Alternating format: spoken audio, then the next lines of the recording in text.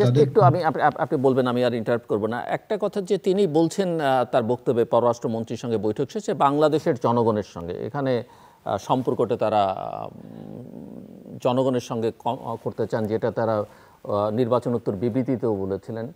আবার at the same time তারা বলছেন যে বাংলাদেশের সঙ্গে একটা সম্পর্কের একটা টেনশন তৈরি হয়েছিল। টেনশনটা কি সেই অর্থে বাংলাদেশের জনগণের সঙ্গে তাদের তৈরি হয়েছিল বা নাকি সরকারের সঙ্গে তৈরি হয়েছিল? মানে আমি এই দুটো কথা ঠিক অনেক সময় মেলানো একটু ডিফিকাল্ট মনে হয় আমার কাছে।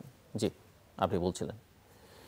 আমি যেটা বলছিলাম সেটা হচ্ছে তারা সরকারের সঙ্গে এক ধরনের সম্পর্ক মেইন করতে চান। জনগণের সঙ্গে সম্পর্কের ক্ষেত্রে যুক্তরাষ্ট্রের কখনোই তো মানে বড় রকমের সংঘাত সংঘর্ষ বলেন বা মত পার্থক্য তৈরি হয়নি। বাংলাদেশের এক বিশাল সংখ্যক জনগোষ্ঠী বরঞ্চ যুক্তরাষ্ট্র যে ধরনের বক্তব্য দিচ্ছিলেন সেটাকে তারা গ্রহণই করছিলেন এবং আশা করছিলেন যে যুক্তরাষ্ট্রের পক্ষ থেকে হয়তো আরো কিছু পদক্ষেপ নেওয়া হবে যাতে করে গণতান্ত্রিক প্রক্রিয়াটা পুনরুদ্ধার করা যায়, নির্বাচনটা একটা অবাধ গ্রহণযোগ্য নির্বাচন হয়, যেটা যুক্তরাষ্ট্র বলেছে।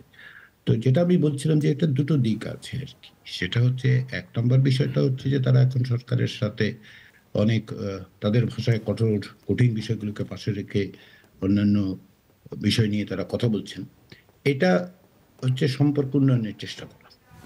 যেহেতু এক ধরনের পার্থক্য তৈরি হয়েছে, এটা কোথা থেকে আসছে? এটা আসছে যুক্তরাষ্ট্রের পররাষ্ট্র নীতির ক্ষেত্রে, যেটাকে আমরা এঙ্গেজমেন্ট পলিসি। যুক্তরাষ্ট্র এমন কোনো পদক্ষেপ নিচ্ছে না যাতে করে বাংলাদেশ সরকারের সঙ্গে তাদের আসলে এক ধরনের বড় রকমের দূরত্ব তৈরি হয়ে যায়। দূরত্ব যেটা আছে সেটা বরং কমানোর চেষ্টা করছে। এটা হচ্ছে একটা দিক। দ্বিতীয় যে দিকটা আছে সেটা হচ্ছে যে যুক্তরাষ্ট্রের এই যে অবস্থানগত পরিবর্তনই আপনি বলুন, নভেম্বর থেকে যেটা আপনি উল্লেখ করেছেন সেটা কি? গত ১.৫-২ বছর ধরুন ২০২১ সাল থেকেই আমরা বলবো যে বাইডেন অ্যাডমিনিস্ট্রেশন বাংলাদেশের ক্ষেত্রে যে অবস্থানটা গ্রহণ করেছিল এটা হচ্ছে মূল্যবোধ কেন্দ্রিক এক ধরনের পররাষ্ট্রনীতি, ভ্যালুজ বেসড পররাষ্ট্রনীতি, যেখানে গণতন্ত্রের প্রশ্ন, মানবাধিকারের প্রশ্ন এগুলোকে গুরুত্ব দেওয়া হবে এবং সেগুলোকে প্রাধান্য দেওয়া হবে। এই ধরনের অবস্থান বাইডেন অ্যাডমিনিস্ট্রেশনে যে প্রথম নিলেন তা কিন্তু নয়, যুক্তরাষ্ট্রে আগেও সে ধরনের চেষ্টা হয়েছে। কার্টার অ্যাডমিনিস্ট্রেশনের সময় হয়েছে, যেখানে হিউম্যান রাইটসের প্রশ্নটাকে গুরুত্ব দেওয়া হয়েছে এবং সারা বিশ্ব জুড়েই সেভাবে চেষ্টা করেছে। যুক্তরাষ্ট্র খানিক দূর পর্যন্ত সাফল্য অর্জন করেছে, অনেক ক্ষেত্রে সাফল্য অর্জন করেনি। বাংলাদেশের ক্ষেত্রে যুক্তরাষ্ট্রের পররাষ্ট্রনীতিটা আসলে আমরা যেভাবে দেখেছিলাম সেটা হচ্ছে তারা মূল্যবোধ কেন্দ্রিক একটা অবস্থান গ্রহণ করছিল।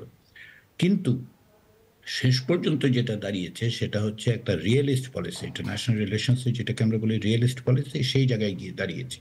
বিভিন্ন বিবেচনার থেকে শেষ পর্যন্ত যুক্তরাষ্ট্র একটা রিয়েলিস্ট অবস্থান নিয়েছে।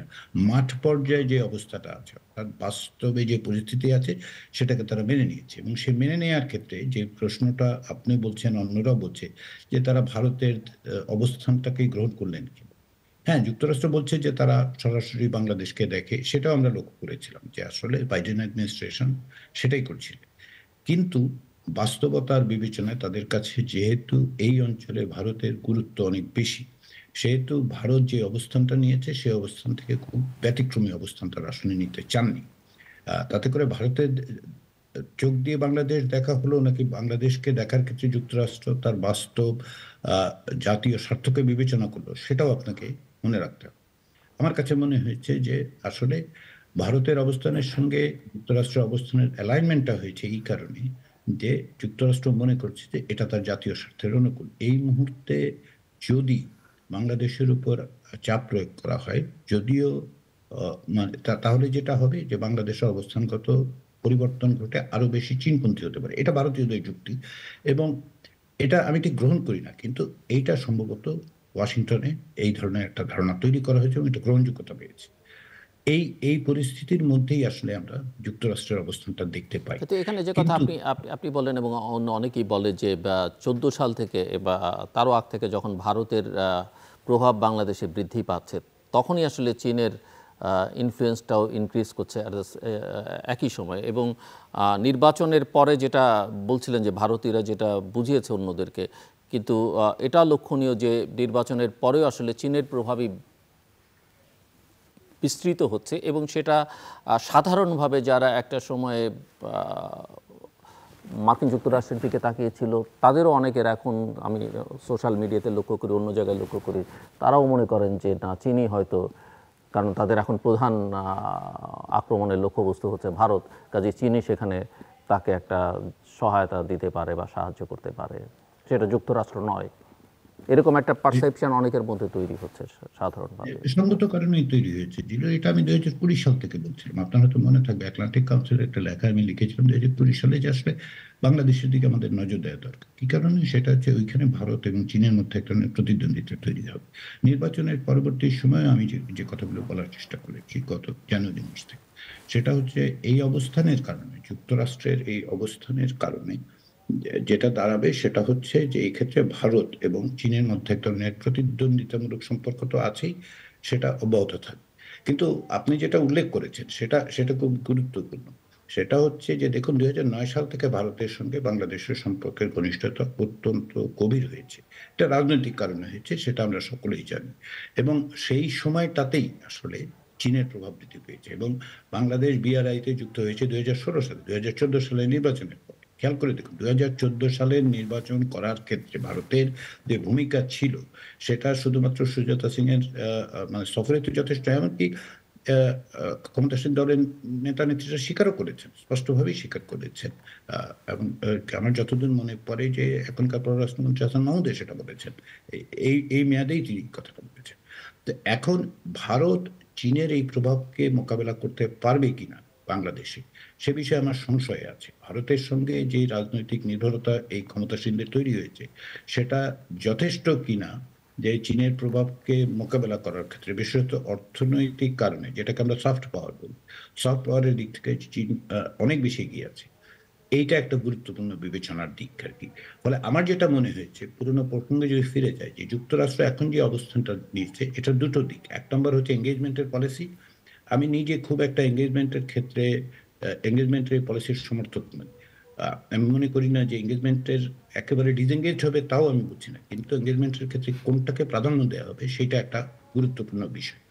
দ্বিতীয় বিষয় যেটা সেটা হচ্ছে সেটা আ আ এই ভ্যালুস বেসড বা মূল্যবোধ কেন্দ্রিক পররাষ্ট্রনীতি অনুসরণ করতে গিয়ে যে ধরনের কৌশল গ্রহণ করা উচিত ছিল, সেক্ষেত্রে যুক্তরাষ্ট্রের কৌশলের ক্ষেত্রে একটা বড় রকমের দুর্বলতা থেকে গেছে। সবশেষে যে কথাটা বলি আমি কিন্তু সেটা হচ্ছে, অনেকেই বলেন যে যুক্তরাষ্ট্র অনেক কিছু করেছে। আ হ্যাঁ, যুক্তরাষ্ট্রের পক্ষ থেকে বিভিন্ন রকম কথা বলা হয়েছে, চাপ দেওয়া হয়েছে। অন্ততপক্ষে ৮-১০ জন লোক ১ বছরে শীর্ষ পর্যায়ের কর্মকর্তা বাংলাদেশে গেছেন। তারা জোর দিয়ে বলেছেন।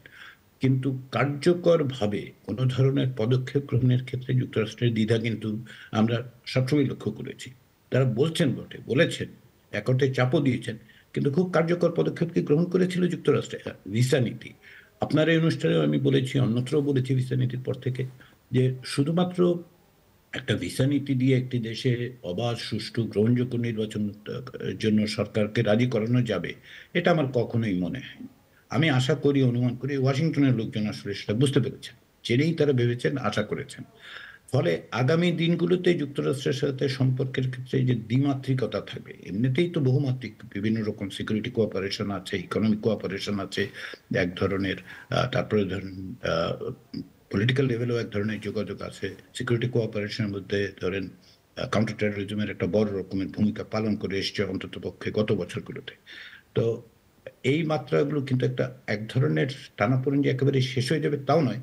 কিন্তু আগের মতো সেই জায়গায় যাবে না। কেন যাবে না? সেটা হচ্ছে যুক্তরাষ্ট্রের এখনকার অবস্থানগত কারণে।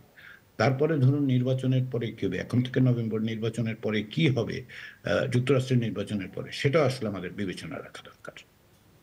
যে আমি আসবো আবার আপনার কাছে, যেটি প্রফেসর রিয়াজ বলছিলেন যে ভিসা পলিসি, এবং আমরা যুক্তরাষ্ট্রের অনেক দেশেই দেখেছি যে তারা ভিসা পলিসি দিয়ে একটা সময় গিয়ে বাংলাদেশে তারা অ্যানাউন্সও করেছে যে আমরা কার্যকর করতে শুরু করেছি, কিন্তু অন্যান্য দেশের সর্বশেষ নিকারাগুয়েতে আমরা দেখি তারা বলেছে যে আমরা এতজনকে ভিসা নীতির আওতায় এনেছি এবং তারা কোন কোন পেশা সেটাও বলেছে, কিন্তু বাংলাদেশে সেটা কিন্তু তারা একদমই বলেন, এবং যে কারণে সরকারের একজন অ্যাডভাইজার বলছেন যে ভিসা নীতি এখন আর কার্যকর নেই বলে তিনি মনে করেন, আর কার্যকর করলে সেটা বিরোধী দলের উপরে করতে হবে। র্যাব ইস্যুতেও আমরা দেখেছি যে সরকারের ভাষ্য পরে স্টেট ডিপার্টমেন্টের বক্তব্য আমরা শুনলাম যে এই যে র্যাবের উপরে স্যাংশন তুলে নেওয়া না নেওয়া। সো আপনি সামগ্রিকভাবে এই সফর এবং এই যে এনগেজমেন্টের কথা বলছে কতটা মানে যে সম্পর্কের জালে জড়িয়ে পড়েছে বাংলাদেশ চীনের সঙ্গে এবং ভারতের সঙ্গে, সেখানে যুক্তরাষ্ট্রের সঙ্গে কতখানি সম্ভব হবে? কেননা যদিও যুক্তরাষ্ট্র ভারতের মধ্যে এক ধরনের মৈত্রী আছে চায়নাকে কন্টেইন করবার জন্যে, কিন্তু আমরা নির্বাচনকে কেন্দ্র করে লক্ষ্য করেছি যে চীন এবং ভারত আবার কিন্তু এক ধরনের মৈত্রীর জালে আবদ্ধ, যেখানে তারা চায় না কোনো অবস্থাতেই কোনো ফুটপ্রিন্টস আমেরিকার বা পশ্চিমাদের। সো এটা একটু বুঝতেছে। এবং প্রফেসর রিয়াজ যদিও বলছিলেন যে নভেম্বরের নির্বাচন পর্যন্ত ভারতের নির্বাচনের পরিস্থিতিতে কোনো রকমের মেরুকরণের বিষয় আপনি দেখেন কি না? আমরা ভারতীয় পররাষ্ট্রমন্ত্রীর বক্তব্য প্রায়শই আমি সাম্প্রতিককালে যেখানে শুনি, প্রতিটা ফোরামই তার বক্তব্যের মধ্যে যুক্তরাষ্ট্রকে এক ধরনের খোঁচা দেওয়ার প্রবণতা লক্ষ্য করি। সাম্প্রতিক কালে এই যে মিস্টার পুটিনের যে সফর চীনে এবং চীন রাশিয়ার মধ্যে যে মৈত্রী এবং ভারতের সঙ্গে দীর্ঘকালের যে ঐতিহাসিক সম্পর্ক রাশিয়ার, এতে করে এই তিন দেশের মধ্যে এক ধরনের অ্যান্টাই ওয়েস্ট একটা কিছু গড়ে উঠবার কোনো সম্ভাবনা বা আশঙ্কা যেভাবে বলেন কেন দেখেন কি না আপনি?